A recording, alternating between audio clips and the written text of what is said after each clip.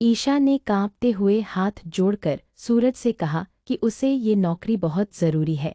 वह कुछ भी कर लेगी लेकिन उसे काम से मत निकालिए। उसकी आंखों में डर, जिम्मेदारी और मजबूरी साफ दिख रही थी। सूरज ने उसे कुछ पल तक गौर से देखा, जैसे उसके अंदर चल रहे तूफान को समझने की कोशिश कर रहा हो। लेकिन फिर अपने ठंडे और सख्त लहजे में बोला कि ठीक है, वह उसे नौकरी पर रख लेता है, मगर उसके ऑफिस में गलती की कोई जगह नहीं है। ईशा ने हल्की सी राहत की सांस ली, लेकिन उसे अंदाजा नहीं था कि आने वाले पल उसके लिए कितने मुश्किल होने वाले हैं।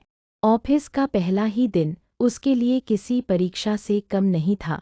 सूरज बार बार उसे अलग अलग फाइलें लाने को कहता, और हर बार जब वह फाइल लेकर आती तो वह कह देता कि ये नहीं, दूसरी फाइल लाओ। ईशा भागती दौड़ती रहती, उसकी सांसें तेज हो जाती, लेकिन सूरज के चेहरे पर कोई फर्क नहीं पड़ता। वह जैसे जानबूझकर उसे परेशान कर रहा था। धीरे धीरे ईशा की थकान गुस्से में बदलने लगी। आखिरकार वह खुद को रोक नहीं पाई और बोल पड़ी कि अगर उसे सारी फाइलें एक ही बार में बता दें तो वह बार बार यूं परेशान नहीं होगी।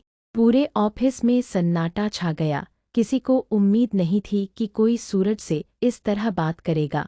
सूरज की आंखों में गुस्सा उतर आया। वह धीरे धीरे ईशा के करीब आया और बिना कुछ कहे उसके मुंह पर टेप लगा दी। उसकी आवाज़ धीमी लेकिन सख्त थी, अब तुम बोले ही सारे काम करोगी। ईशा की आंखों में आंसू और गुस्सा दोनों थे, लेकिन वह कुछ कर नहीं सकती थी। उसने चुपचाप काम करना शुरू कर दिया, हर आदेश मानते हुए, हर बार खुद को संभालते हुए।